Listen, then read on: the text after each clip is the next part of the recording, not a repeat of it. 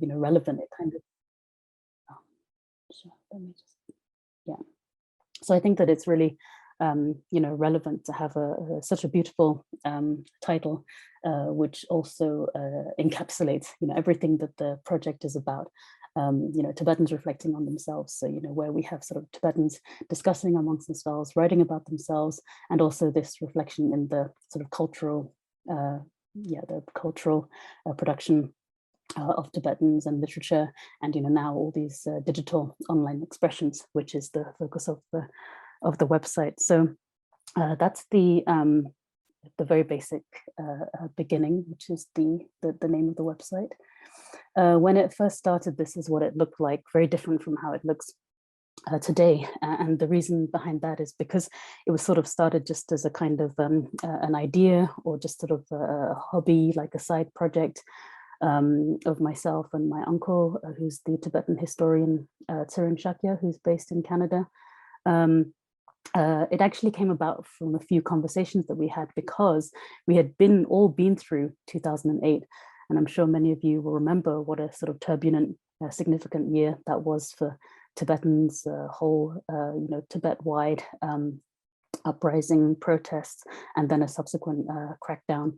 So there were a lot of things happening in 2008 that were also being written about and blogged about. But our feeling was that it wasn't getting as much recognition. People were not really paying attention so much to what was being produced online, and sometimes there would be very valuable information. So it was a bit of a sort of a wake-up call that there was this whole sort of online world happening. And also, we know that it's very difficult for journalists to be on the ground and for people to speak freely, and it only became harder after 2008. So this was kind of a way for sort of Tibetan voices to be speaking for themselves, which is an extremely important idea or concept behind the website. And, I think Tibetans telling their own stories, using their own words, this is something that, we as a website translations project, we can make these voices more accessible through, just through the act of translation. So, all the content, the posts, the translations have originated from Tibetans inside Tibet or living inside today's PRC. And, whether they write in Tibetan language or Chinese language, these will then be translated into English. So, it's a sort of act of curation. I'll talk later on about sort of the processes of that.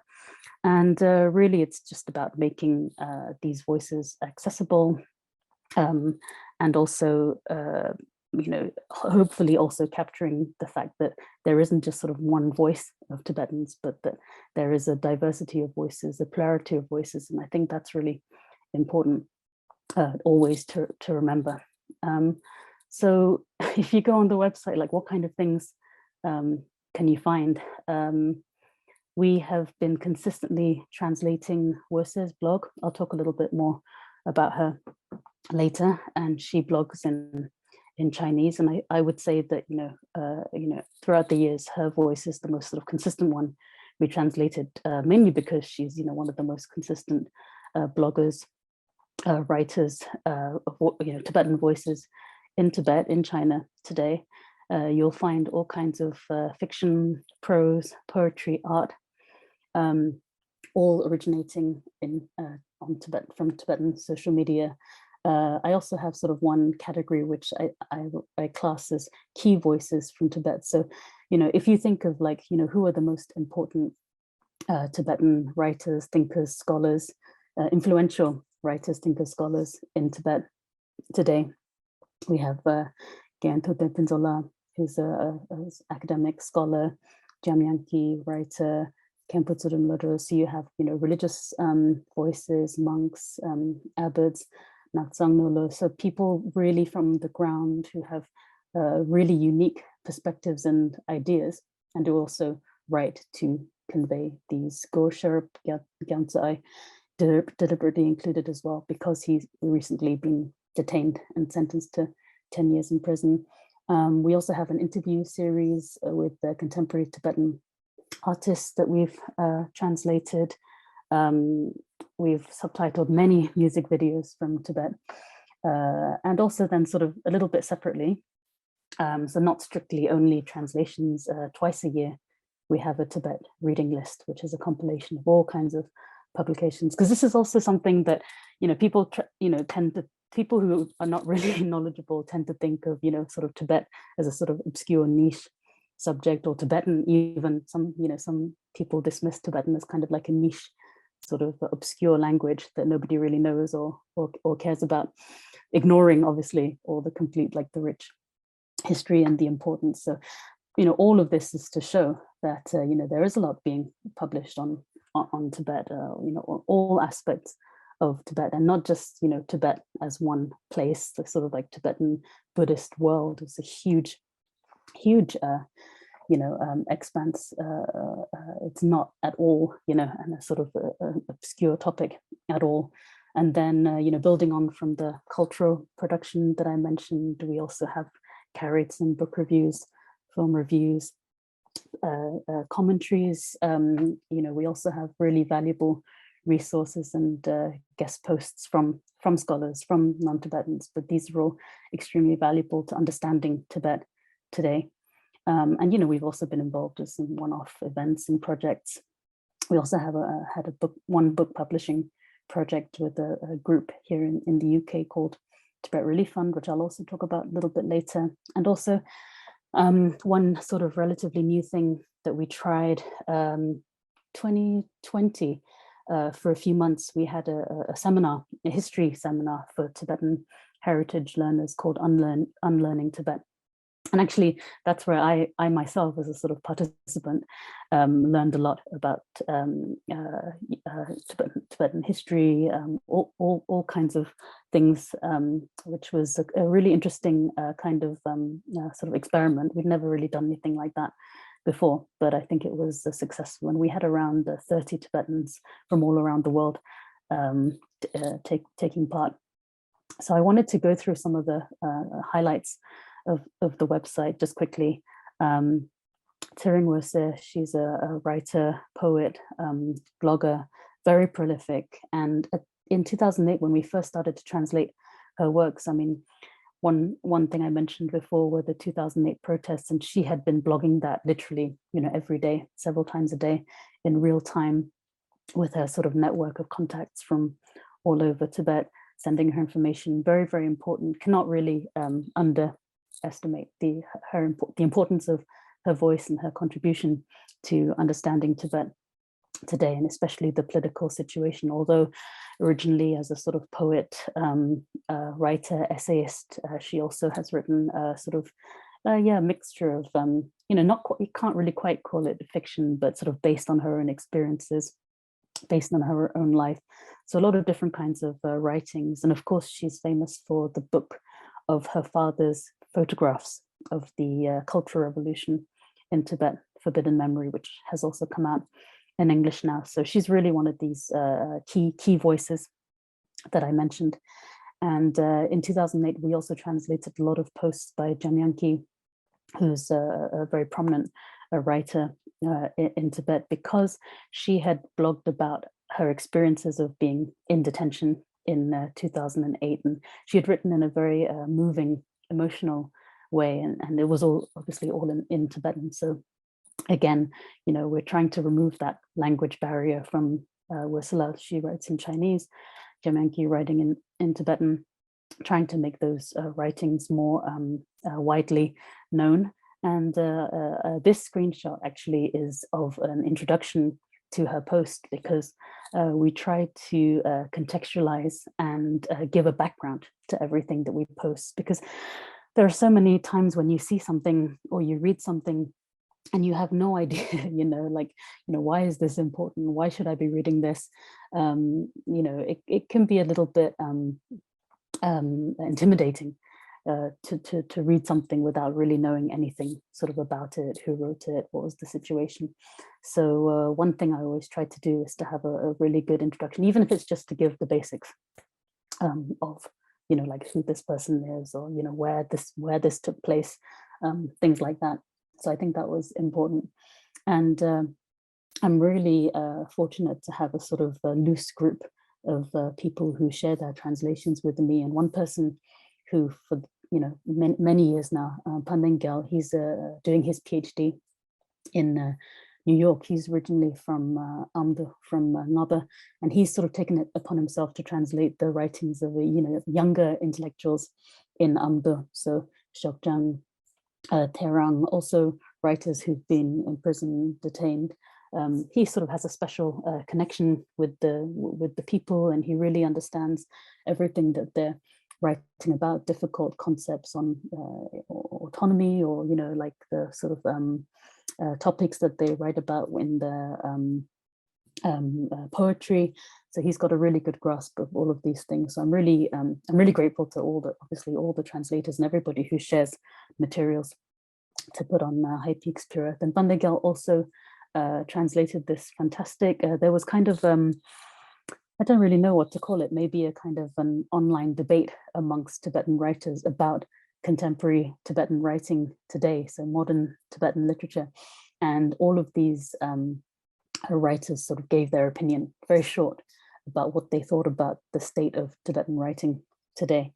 And one reason also why I wanted to show this screenshot is because it was posted as a sort of traditional sort of, like translation of the original post on the website, but then on our Instagram page, just sort of playing around a little bit with the format, we just used the pictures of the writers and then the extracts of the things they were saying, which is just a different kind of way, I guess, to transmit the translations. And if you are reading it, it's a sort of a different experience to read it on your phone, probably swiping through, than to go through on a website. And I'll also talk a little bit more about sort of format and medium and things like that later on. But this was an interesting discussion, and it's a bit more recent than the other things that I showed you. And like I mentioned before, we're really open to guest posts, as long as sort of there isn't that many strict criteria about guest posts. But one thing which I'm quite strict about is that the material or the main topic in the guest post should have sort of originated from Tibet. So even though the sort of the Jokang fire is not really an online kind of topic, Françoise, the scholar who's made a lot of great contributions to the website, she sort of forensically went through a lot of social media posts to try and piece together what actually happened that day. And for that fire, it was really incredible piece. And then Lowell Cook, who's a scholar in the US, he submitted this translation, which is fantastic because it was a writer, a poet, who's very well known in Tibet. And and this poet had been using emojis from the phone in the poem itself. So he translated obviously he translated the Tibetan language and also inserted the emojis in the translation. So it was just great. It was really cool, very unusual, something I hadn't seen before. So I really enjoyed posting that. And one thing I kind of want to talk about a little bit is how on the website, I mean, it's not a lot. I don't want to like pretend like it's a super funny experience to go on High Peaks Pure Earth, because usually sometimes it's not. But we have a collection of Tibetan jokes, which was compiled, and then there were some illustrations done by a young Tibetan from Lhasa, and then we have a translation of a sort of satirical poem, Waterfall of Beer. And then also I have always found it like really funny that Ursula writes about all kinds of topics, but she's not afraid to kind of talk about, things which are a little bit like weird or ridiculous or absurd. So she has a whole essay about toilets in Lhasa. And I think that, like sometimes we can forget that, there can be really funny things, even in things which are sad or things that we shouldn't really laugh about. And I think that humor is really important in society, and it tells you a lot about society, because Tibetans are always laughing about like everything. But then if you go on the website, or you go on and, you read, or you, read about, like what's happening inside Tibet today. It doesn't seem like that, but I think it's a nice sort of reflection of Tibetan humor, and how that you can find sort of like funny situations in a lot of different things. And this post from last year, I don't know if how many of you have seen it, but it's really worth going through all the photos, because this one Tibetan photographer, I think he's from Amdo, he whenever he traveled around his home area, he would see kids sort of creating their own basketball hoops, just homemade basketball hoops. And he just did this fantastic photo essay of all of these basketball hoops, and some of them are just so cute. They're so just like ramshackle. It like, why why is this like interesting, or why is this something worth translating or talking about? I mean, that's something we can all discuss, but I loved it. This was one of my favorite posts from last year, and I sometimes just look at these pictures every now and then because I just love them so much. And this photographer, he's on Instagram. So when I started to post his pictures and the translations and tagged him, he wrote back and he said, oh, thank you for, because he didn't know that anyone was sort of like watching. And it's just really beautiful, like, I really recommend looking at all of those basketball hoops. And he still posts them, actually. If you follow him on Instagram, he still posts them.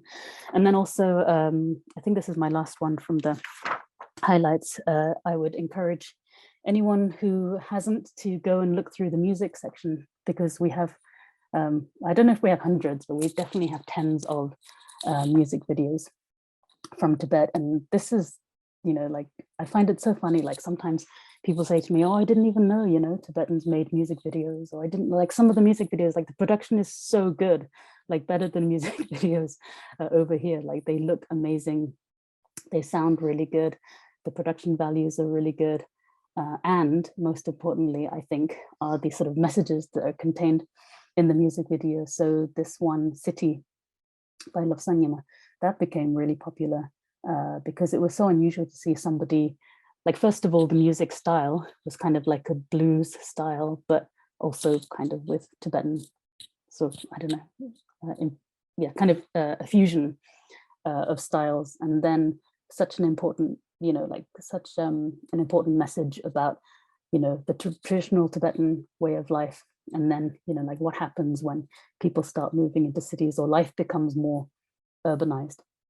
And also that's telling you something about the situation in Tibet today, and urbanization and anxieties that go along with that. So, like just in one, music video, like in 3 or 4 minutes, there's so much, we can learn from these music videos. So I'm a huge fan of them. And I wish it's a little bit sort of time consuming to like subtitle the music videos and things like that. So just on a practical level, but I would love to do more. And I've had people say to me that they really enjoy like the hip hop. We have a lot of hip hop videos, pop music. Those ones by ANU are really good. So yeah, it's like modern contemporary music, but also with important messages. So my next section, what am I doing for time? Okay. There are lots of sort of challenges when monitoring Tibetan cyberspace, and some of them are not new. Some of them, we've had these issues since the beginning, since 2008, but then some of them are quite new challenges. So I'll just quickly go through them. We've translated poetry or posts which deal with sensitive topics. By sensitive, I mean sensitive inside China for Tibetans. So this poem was about this, sort of indirectly about the self-immolation protests in Tibet. That was in 2011. And then, there's always the danger of censorship, especially when the app WeChat is so dominant. So, I mean, it's completely unavoidable because everybody uses WeChat, and in a way, everybody has to use WeChat for everyday life. But it's very challenging when there is something a little bit sensitive and then the content is removed straight away. So, like, how do we overcome that? We've learned to copy and paste, save, download as PDFs, a lot of these tricks, or even to, what you can do now is you can get the WeChat URL and put it into a different website, and then they will disguise it and just change the URL so that even someone who doesn't have WeChat or can't access WeChat, like for example, everyone in India, because WeChat is banned there. So you have to kind of like move the content around, things like that. So you learn like little tricks. I mean, I'm not very technical, but you sort of learn little tricks about what to do and how to overcome this censorship, because the censorship can act very quickly. And at the beginning in 2008, there were so many Tibetan blogs which we enjoyed monitoring and then translating articles. And then it was sort of a lot easier to see which posts were more popular, because they would have like, comments and sort of debates raging on in the comments. But, it's just a general, I wouldn't say it's particular to Tibet or particular to China, but I just think in general, there's been a move away from sort of blogs and blogging as a platform, as things have gradually moved away from computers to mobile phones. The devices have changed. It's not computers. A lot of people don't even have a computer anymore. They only use their laptop or a tablet or something like that. And then also you've moved away from websites and blogs, and you've moved more into microblogging, or you've only using apps like WeChat, which have more of a closed system, so it's not so open anymore. So it's a little bit difficult to monitor like we used to. It used to be, I feel, like a bit more much more straightforward. So now we don't have that anymore. And it also used to be that people would type and blog and also have these discussions which were written. But these days it's much more reliant, or well, I mean, it's very common these days for there to be like, big groups in WeChat who are just all talking and having these discussions. I mean, in a way it's great because it's more accessible, right? You don't have to, type, you don't have to read, you don't have to write. You can just talk and listen. But it poses a big challenge for me, because how will I transcribe 45 minutes of people going back and forth. So I've never really had a very good solution for that.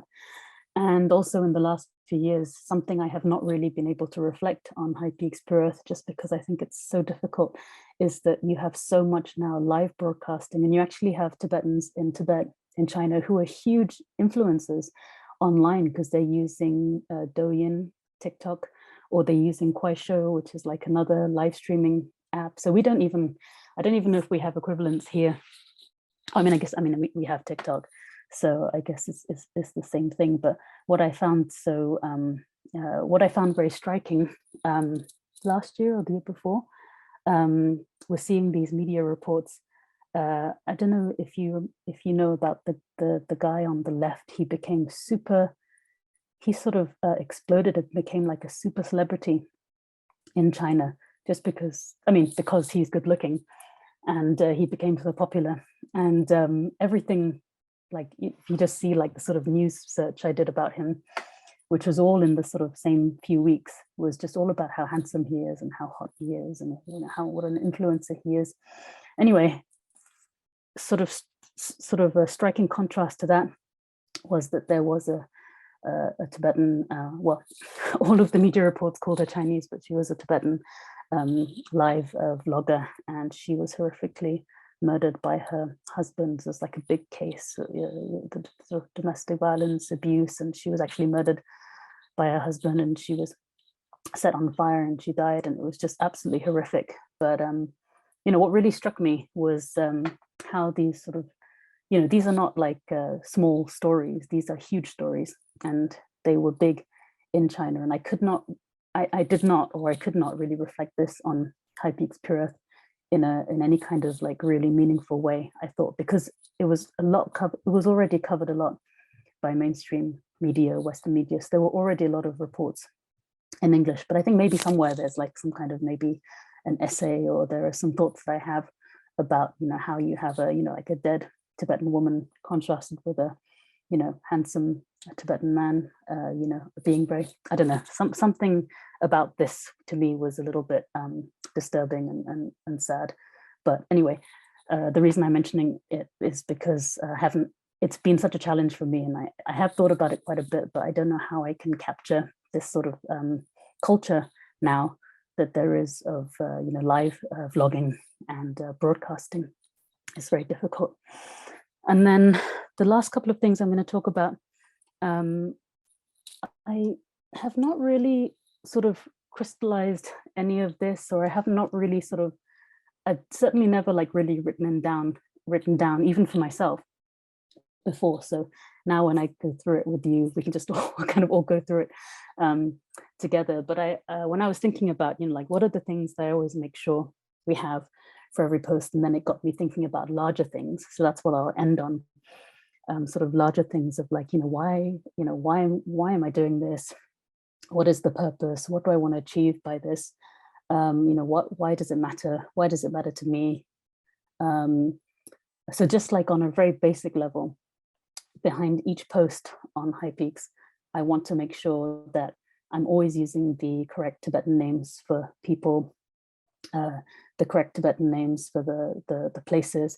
And by correct, I mean sort of like the traditional place names, and then also the correct sort of spellings or the transcriptions. It's a very conscious choice I'm making to always transcribe phonetically from the Tibetan. And I also want to make everything accessible. So even though Wiley is super useful, and there are many experts for sort of like the average, interested person who comes to the website, they may not know Wiley, or it may look a little bit intimidating to see Wiley. So I mean, we do use it sometimes. We put things in brackets so you can know the Tibetan spelling, but just to make things easier and more accessible, I try to use phonetic transcriptions. Like I mentioned before, I always try to contextualize in the introduction, include basic information. And also, I know that sometimes in the English translations, there can be some phrases or idioms which are directly sort of translated from Tibetan or from Chinese, and they can sound a bit like funny, or they might invoke some, some like traditional, I don't know, I can't think of an example right now. But then always to include some kind of note, either directly from the translator, or I will add some kind of editor's explanation about the phrase. I really don't want anyone to come to the website and feel like they don't understand something, or feel like they're not getting it, or feel like they just don't know what they're looking at. And then just to make sure that there's always a link to the original post, make sure that there's a screenshot of the original post. And that has become really important when things have been removed, like I was mentioning earlier. And then also to include images. And then I always love to give credit to the translator, but there are some who wish to remain anonymous, so that's completely fine as well. But like I mentioned, I'm really lucky to have a really great sort of team of people who are always ready to help and looking out for interesting content.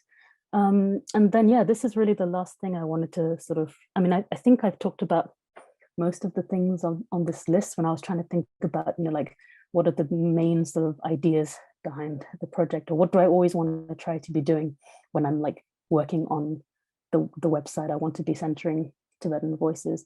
I want to show how there's not just one voice, there are many different voices online. I wanted to reflect what's happening in Tibetan cyberspace. I want to disrupt, I want to complicate dominant narratives about Tibet, about Tibetans. And also one way that the project has been described, I think Ursula wrote about how she, one reason why she liked HighPeaks Pure Earth was because she saw it as a bridge between inside and outside Tibet. And I also kind of feel like a little bit like, it's like that because, it's a way from like someone like me to be able to keep up with what's happening inside, even though physically I'm outside. And also many sort of younger Tibetans who've never been to Tibet have said to me, I really enjoy, seeing, what music is coming out. I really enjoy reading about what's happening. And it's a sort of a nice connection to have that connection. And then another connection is that sometimes I've been able to pair inside and outside voices together. So when Ursula's book came out about self-immolations, Tibet on Fire, I asked, so you have sort of like, you know, one of the most prominent Tibetan writers, women writers inside Tibet. And then I asked Tsering Wangmo, who's a very, you know, prominent Tibetan writer and poet outside Tibet. She's based in the US, and I asked her to review the book, which she did. So you can find that on the website. And it was just so great. I was just so happy to have Tsering Wangmo reviewing, you know, Wisala's book. And that's happened a few times, you know, or someone who contributes a lot to the website, Bujung D. Sonam, who's a writer, translator, nicest person you could ever meet in Dharamsala. He has contributed so many, you know, translations, and has helped so much. And, you know, he's really been one of the main people behind this project as well. So, you know, it's so nice to have these sort of, you know, outside Tibetans, and then, you know, sort of pairing them up with inside Tibet. And, you know, even like Banegel, like I mentioned, who's based in the US, try to support women's voices wherever possible, marginalized groups. I haven't been able to do as much on that as I would have liked, just because it's so, I mean, it's very difficult to find, you know, like I would love to feature LGBTQ voices from groups who are even sort of like, you know, Tibetans already have to deal with being like minorities in China, but I would even love to find other voices who would be considered, you know, marginal or minor. I mean, I would love to do more, you know, try and find more women's voices to translate. We did do one student journalism kind of video, which was a young Tibetan student, this woman, and she was interviewing students on their views on homosexuality, LGBTQ. And, you know, even though it wasn't like really radical or nobody said anything really super exciting, it was just nice to have that being discussed, because it's not openly discussed. And that was one thing that I enjoyed, you know, finding and seeing. And it wasn't just that I found it and found it interesting, it was actually being sent around a lot and being shared a lot. So I was happy to be able to have been able to feature that. I like to, you know, focus on literature, art, music, art photography, you know, all those things I mentioned in the presentation. And then one thing I read once about, or heard once about translation, is that just the sort of art of translation is so like powerful, you know, like there's a lot of self-esteem that can be gained by Tibetans seeing their works being translated into English, and just even reminding people that the written word can be so powerful, you know, like I get excited about things like that. I'm trying to support Tibetans wherever possible, Tibetan-led projects. I mean, by now, you know, we've, you know, managed to build up quite a platform, and, you know, you can find High Peak Spirit on Instagram, Twitter, Facebook. We have a newsletter which goes out once every few weeks. So, you know, this can kind of be a platform for other Tibetans. So I've used that a little bit. Once we did this, I think a couple of years ago, we did this Instagram takeover. So I gave the Instagram account to 7 Tibetan women poets, and each one every day took over the account. And yeah, that was really fun. I would like to do more things like that. Also, one thing I wanted to mention is that, like, now, you know, it's 2022. I don't know how that happened. And, you know, we've all become a little bit cynical or jaded, because we spend so much time online. You know, we sort of in a way take it for granted, or maybe we might have forgotten, you know, like, you know, what was it in the first place that made people so excited to use the internet and get connected. And I like to, you know, have the website as a reminder that, you know, you can use, you know, social media in a positive way, that it does have positive uses. And I'm not interested in like going online and, you know, attacking people and, you know, I don't know, doing weird stuff. Like I just want to sort of try and go back to the optimism of the early days of the internet and blogging, where, you know, it was great to communicate. It was great to be in touch with different people across time zones, you know, across continents. And that's kind of what I want. I wouldn't want to lose that, you know, like just, you know, the day that I kind of, you know, that I find it really boring, or the day that I don't, you know, that I don't find it positive anymore, I think would probably be the day that I you know, I stop doing this. You know, like I really I want to go back to, reminding people that, all of these things can be used for good, if you use it in a way that's productive and positive. And yeah, I really want to encourage and support Tibetan writers inside and outside Tibet. So, I'm, really proud of the, translators I work with, that I feature. Really proud to also encourage their own writings, their own translations. And just one thing I forgot to mention earlier is about making the website content accessible, because one thing, now we take it for granted that we can always get online. That's not the case for a large, section of the world. So that's actually one reason why I did the book project with Tibet Relief Fund, which is this Blossoming Broken Flowers book, which came out really nicely. But the whole reason behind doing this was so that we could actually just give books to Tibetan school children, I think between the age of 16 and 18.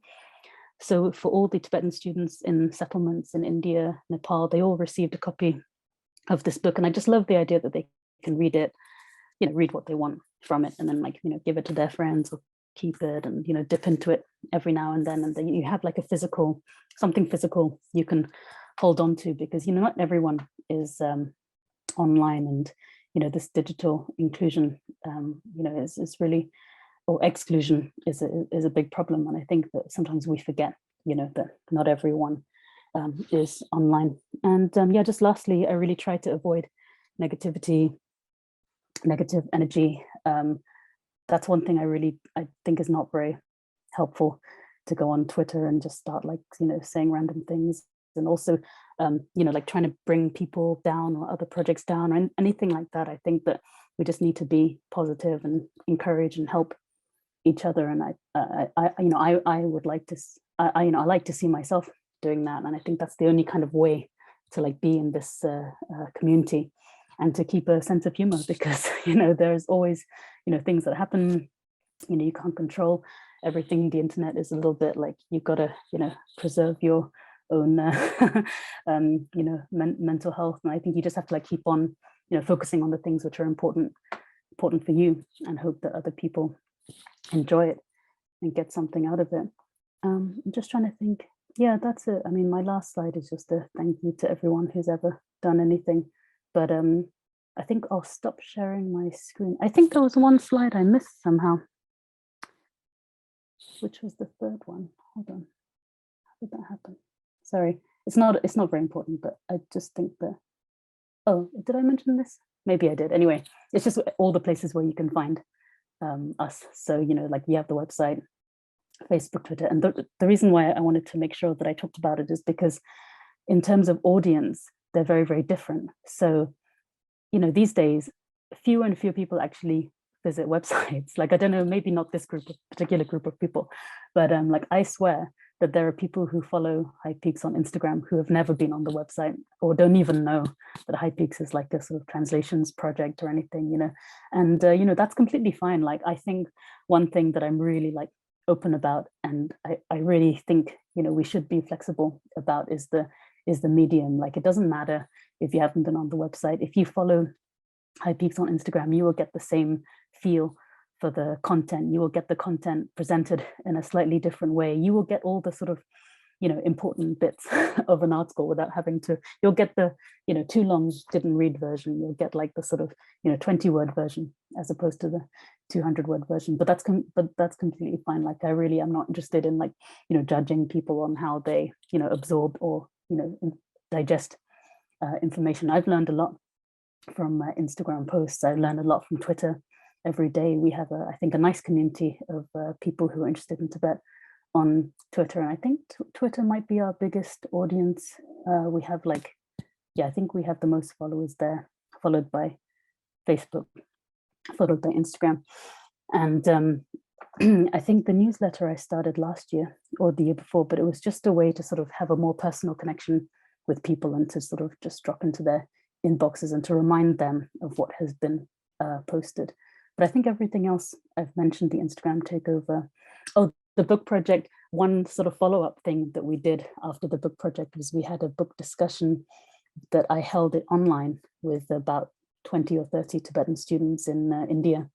and Nepal. And I really enjoyed that. I actually kind of want to do that again, because we just took 2 or 3 poems and maybe 1 prose piece from the book, which is all from the website, and then had a discussion. And it was a great way to meet like bright young Tibetan students. Well, it wasn't just Tibetan students, it was quite a wide audience, but it was just nice to meet like, you know, people who were interested in the same things, and we discussed all those things together. And then, yeah, we've done a few one-off sort of projects and events, but I think I'm gonna have talked too much now. I'm gonna stop sharing the screen.